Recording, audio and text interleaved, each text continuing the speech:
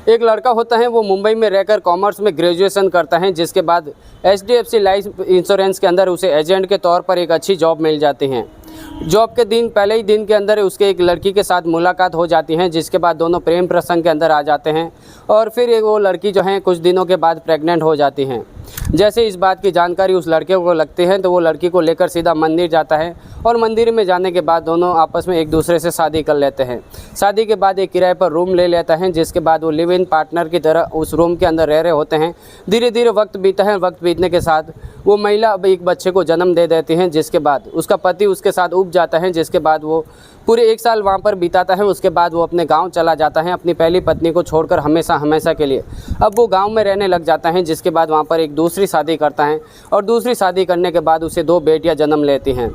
फिर से वो व्यक्ति जो है एक दिन मुंबई आता है। मुंबई आने के बाद जब अपने ऑफिस में बैठकर एक दिन वो इंस्टाग्राम चला रहा होता है तो पहली पत्नी की उसके सामने एक वीडियो आती है, जिसके बाद उस वीडियो को लाइक करता है और लाइक करने के बाद उसे हालचाल पूछने लग जाता है और यहीं से फिर एक कहानी की शुरुआत होती है, जो कि आज सोशल मीडिया पर काफ़ी ज़्यादा वायरल है।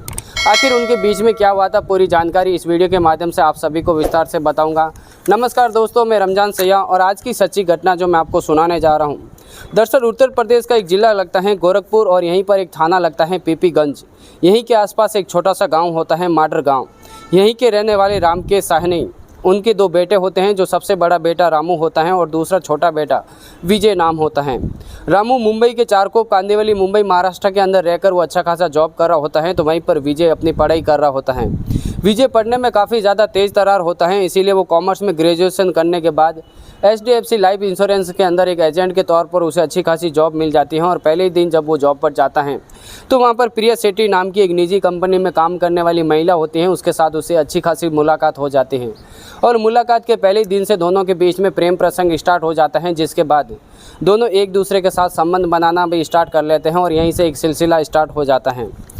प्रिया सेठी एक दिन प्रेग्नेंट हो जाती हैं और प्रेग्नेंट होने के बाद जब वो अपने पति यानी अपने पार्टनर प्रेमी से वो कहती हैं विजय से कि मैं प्रेग्नेंट हो चुकी हूँ, तो विजय एक दिन प्रिया सेठी को लेकर एक मंदिर में जाता है, जिसके बाद उसके साथ शादी कर लेता है और शादी करने के बाद एक रूम पर किराए पर रूम ले लेता है, जिसके बाद उसके साथ लिव इन पार्टनर की तरह उसके साथ रह रहा होता है। धीरे धीरे वक्त बीतता है और वक्त बीतने के साथ प्रिया सेठी एक बच्चे को जन्म दे देती हैं। जैसे ही प्रिया सेठी अपने बच्चे को जन्म देती हैं तो दोनों के बीच में अब खटपट चालू हो जाती है। दोनों के बीच में अब बनना बंद हो जाता है, दोनों एक दूसरे से झगड़े करने लग जाते हैं। तो आखिरकार विजय अपनी पहले उस पत्नी को छोड़कर विजय जो प्रिया सेठी हैं उसे छोड़कर एक अलग किराए के ऊपर रूम ले लेता है, जिसके बाद वो वहीं पर रहने लगता है। जब 1 साल बीतता है तो विजय को पता लगता है कि आखिरकार मेरी पत्नी ने मेरा पीछा छोड़ दिया है और यहाँ से मैं सीधा अपने गाँव चला जाता हूँ। वो कुछ अपने रिश्तेदारों की राय लेता है, जिसके बाद विजय सीधा अपने गाँव चला जाता है। गोरखपुर के अंदर वो एक गांव होता है, उस गांव के अंदर जाने के बाद वो वहीं पर रहने लग जाता है।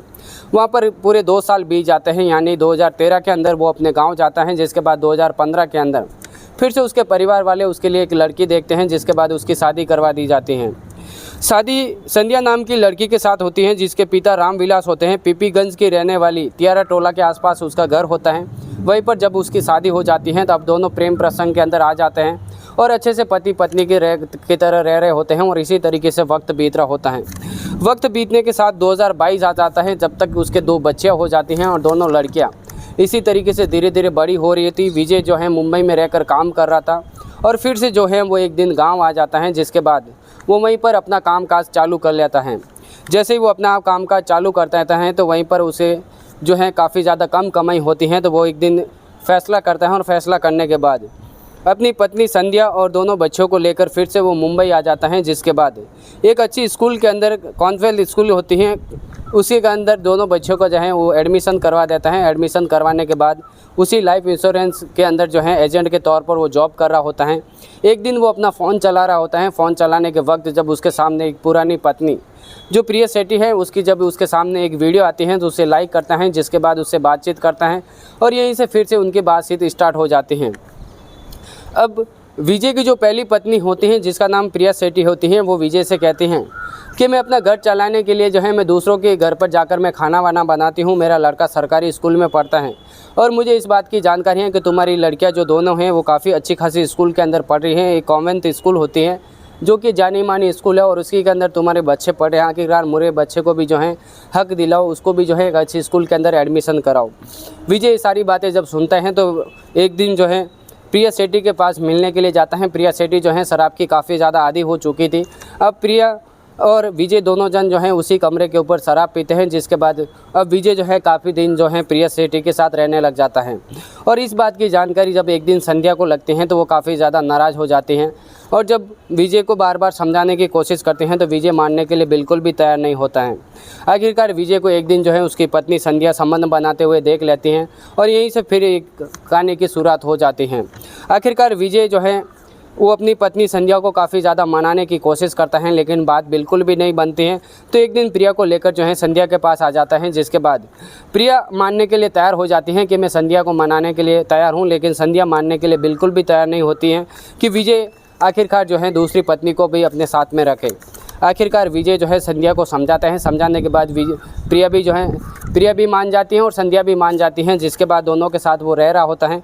लेकिन एक दिन संध्या जो है अपने पिता रामविलास को इसकी बात की जानकारी दे देते हैं, जिसके बाद उसके विजय के जो ससुर होते हैं विजय को फ़ोन करते हैं। वो कहते हैं कि तुम अकेले वहाँ पर रहते हो मुंबई के अंदर, एक काम करो तुम गांव आ जाओ, जिसके बाद हम लोग बैठकर जो है सुलझ करेंगे, तुम्हारे बीच में जो भी समस्या होगी जो हम उसे जो है पूरी तरीके से एक तरीके से ठीक करके आप सभी को दे देंगे।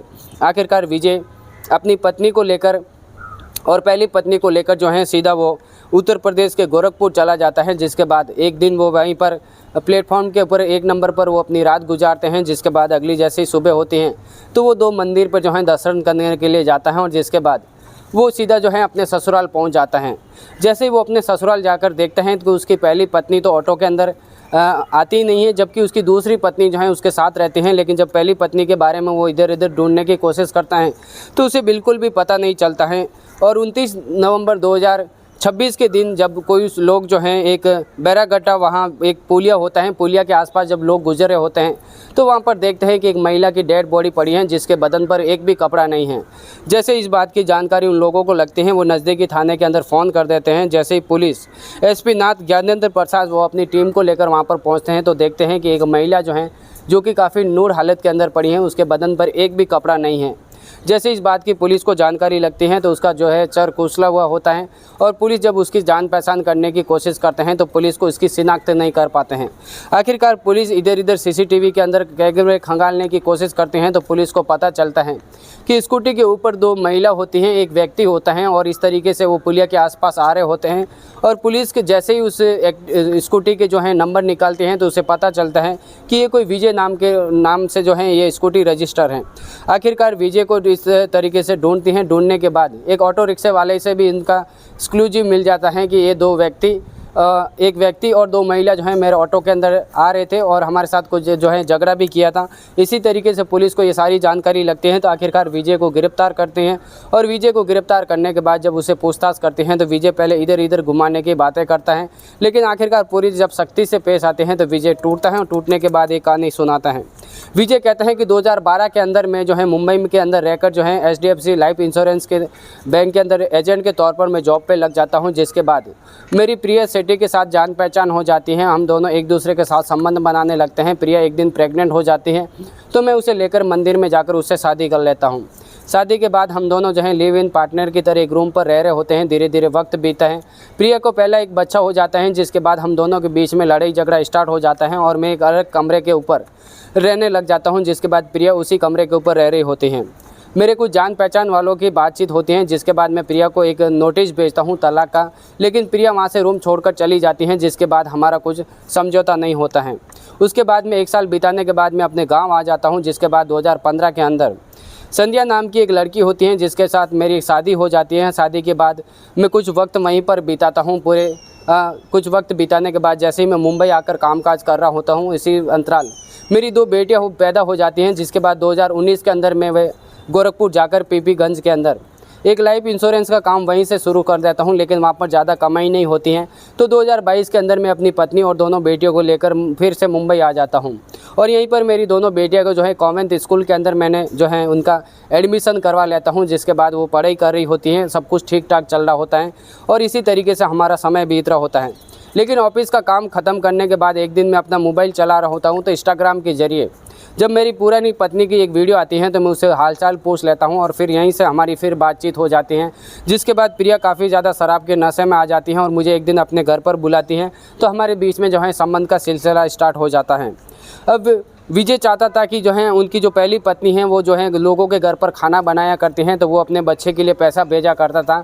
और इसी बात को लेकर जब उसकी पत्नी को पता चलता है कि विजय आखिरकार पहली पत्नी के साथ जो है संबंध बना रहा है, उसके घर पर बार बार जाया करता है और कभी कभार 10-10, 15-15 दिन जो है उसी घर पर रहते हैं, तो संध्या काफ़ी ज़्यादा जो है झगड़ा करने लग जाती हैं अपने पहले पति से। और पति से झगड़ा करने के बाद वो अपने ससुर को भी जो है रामविलास को इस बात की जानकारी दे देते हैं।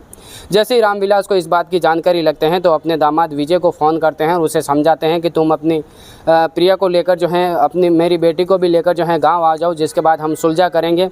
और फिर यहीं से हम लोग जो है गांव आ जाते हैं। गांव आने के बाद हम एक दिन जो है एक प्लेटफॉर्म के ऊपर रात बिताते हैं, जिसके बाद हम एक 2 मंदिर के अंदर जाते हैं, वहाँ पर पूजा करते हैं। पूजा करने के बाद जैसे ही हम लोग एक ऑटो रिक्शे के अंदर जा रहे होते हैं तो ऑटो रिक्शे वाले के साथ जो है हमारी झगड़ा हो जाता है, जिसके बाद हम वहीं पर उतर जाते हैं।